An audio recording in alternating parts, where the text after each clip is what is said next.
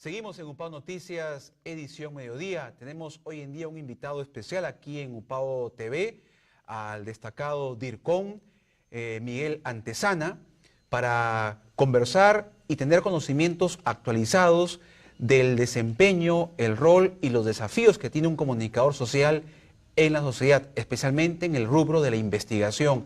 ¿Qué tan importante es la investigación en las ciencias de la comunicación? Y esto gracias a la cuarta semana de la investigación en comunicación social que convoca la Facultad de Comunicaciones de la Universidad Privada Antonio Dorrego. Bienvenido, señor Antezana, a UPAO Noticias. Buenas tardes. Buenas tardes, muchas gracias por la invitación. Bueno, ¿y cuáles son esos desafíos que tiene que asumir todo comunicador para poder desarrollar investigaciones viables y que sean de impacto para el desarrollo del país? Yo creo que la coyuntura cada vez más está empujando, obligando a los comunicadores a evolucionar desde el punto de vista tanto de su formación académica como también en el desarrollo de sus actividades profesionales. Me refiero específicamente a que muchas veces el comunicador se queda estancado en una visión estrictamente instrumentalista a través de los medios de comunicación, cuando la labor de un comunicador es en realidad multidisciplinaria, interdisciplinaria, y relacionarse con diversos sectores de la sociedad. En este sentido, yo creo que también a nivel estudiantil, a nivel de investigación, ya sea pregrado o posgrado, hay que cambiar la mirada hacia buscar cuáles son los problemas que desde el lado comunicacional se pueden intervenir y pueden mejorar y tener consecuencias positivas en diversos campos de la sociedad. Yo creo que ahí, por eso insisto al inicio, decía que el comunicador tiene que abrir su mirada, no quedarse limitado, estancado. Porque cuando tú vas a la calle y le preguntas a cualquiera, ¿qué crees que hace un comunicador o un periodista? Siempre generalmente lo relacionan con medios, cuando en realidad la labor de un comunicador no está solamente en medios, está en las organizaciones, está en partidos políticos, en organizaciones religiosas, en la sociedad, en ONG, en fin, tiene un campo de acción amplísimo y en la medida que el comunicador se adapte a ello, evolucione hacia ello, va a tener un mayor impacto a nivel de la sociedad. Muy bien, y justamente hoy hay una conferencia magistral que se ha desarrollado muy temprano sobre los desafíos, ¿no?, en el tema de la investigación o la comunicación social en el desarrollo del país. ¿Cómo se manejan esos desafíos o qué es lo que se tiene que hacer para que haya una comunicación que contribuya al desarrollo del país? Ahí expusimos precisamente la serie de limitaciones que tiene el comunicador actualmente, tanto en su formación como en el campo profesional, pero también propusimos cosas que cómo ampliar esa mirada, en el trabajar precisamente en las organizaciones donde hay un campo grandísimo de desarrollo de la comunicación. Solamente por decirte algo, las organizaciones todas son completamente distintas por el solo hecho de que tienen personas distintas. Y al tener personas distintas implican... Hay subculturas, ¿verdad? Exactamente, hay sistemas comunicacionales distintos. Entonces, si solamente viéramos las organizaciones, ni siquiera... Y te voy a mencionar solamente el sector privado, por ejemplo, ahí tenemos un mundo de posibilidades de desarrollar formas de comunicación distintas. Si nos fuéramos al sector público, inclusive ahí ampliamos mucho más, porque en el sector público peruano actualmente, lamentablemente, los temas comunicacionales están muy subdesarrollados. Pero también hablamos de la posibilidad de cómo trabajamos con las personas. Estamos hablando de una temporada en la que cada vez evoluciona más la tecnología, pero irónicamente eso nos distancia a nivel comunicacional. Las relaciones interpersonales cada vez están más descuidadas, por eso generalmente las organizaciones andan buscando formación en habilidades comunicacionales, inteligencia emocional, en el trato a las personas. Las habilidades blandas que están muy mal en boga, llamadas, ¿no?, blandas, porque en realidad son bastante duras de trabajar. Sí.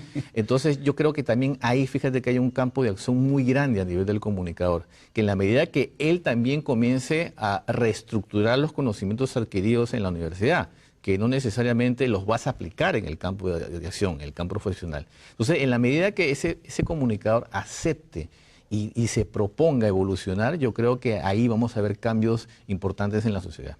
Sí, y dada la experiencia que tiene usted en el sector privado, en el sector público como DIRCOM, facilitador y además académico, docente universitario, ¿en dónde estamos fallando? Porque siempre el ciudadano se queja de las deficiencias del servicio o atención al usuario en las entidades, sobre todo públicas o del Estado.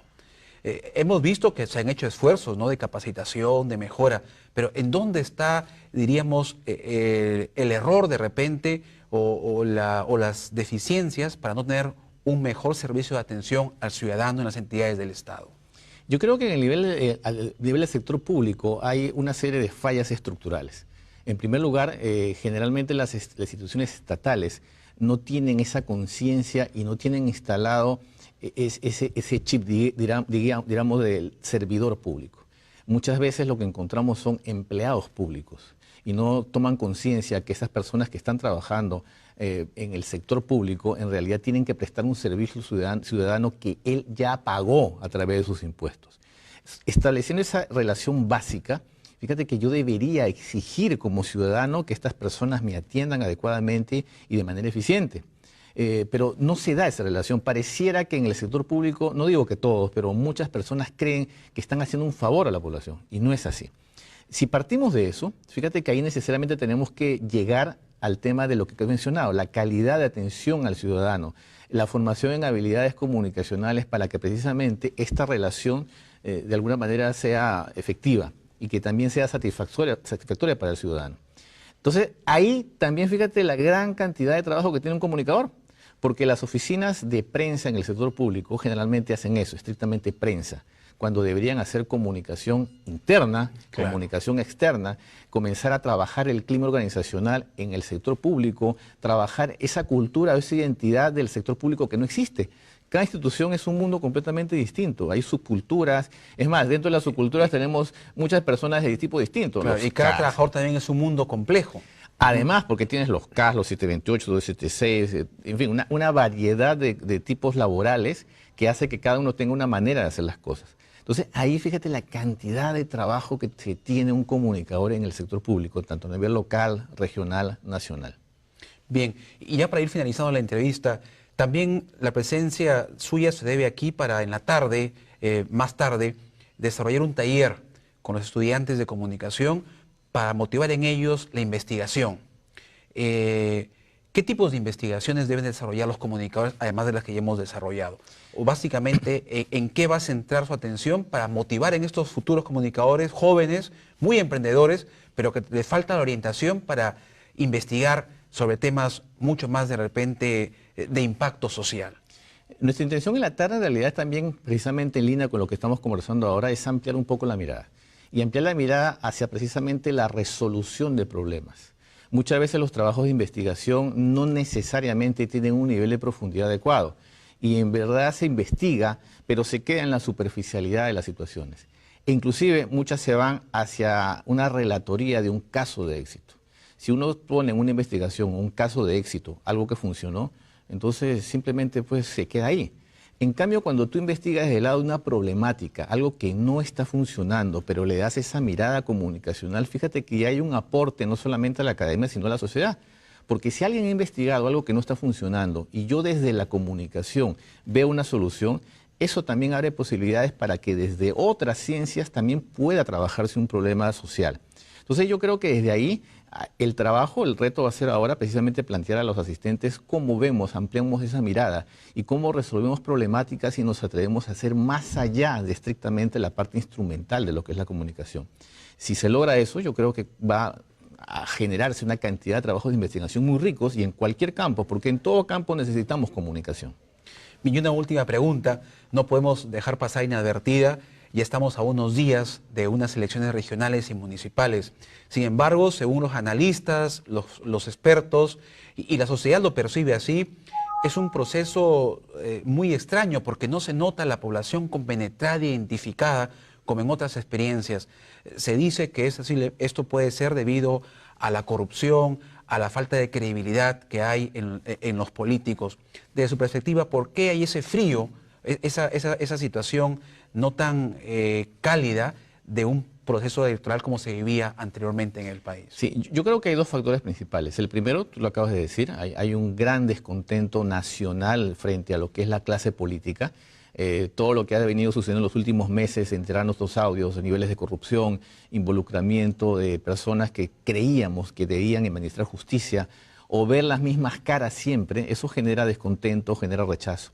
Pero por el otro lado también está el lado de la poca profesionalización comunicacional en política. vemos campañas muy pobres, con muestras de marketing electoral muy pobre, más de lo mismo. Muchos casos inclusive vergonzosos, porque no hay un respeto hacia el elector. La labor electoral tiene que ser precisamente un proceso comunicacional de interrelación para convencer, llevar propuestas y recibir el apoyo.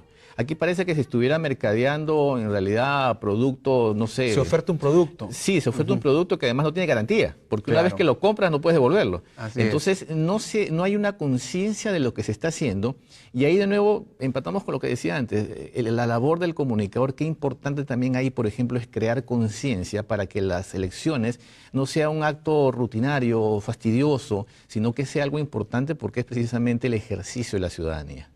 Muy bien, muchas gracias, señor Miguel Antesana, destacado DIRCOM, que estuvo invitado especialmente esta mañana por la Facultad de Comunicaciones, y más tarde habrá un taller importantísimo de investigación para sensibilizar a los jóvenes y motivarlos a desarrollar auténtica investigación en el campo de la comunicación social. Gracias, muchos éxitos. Muchas gracias.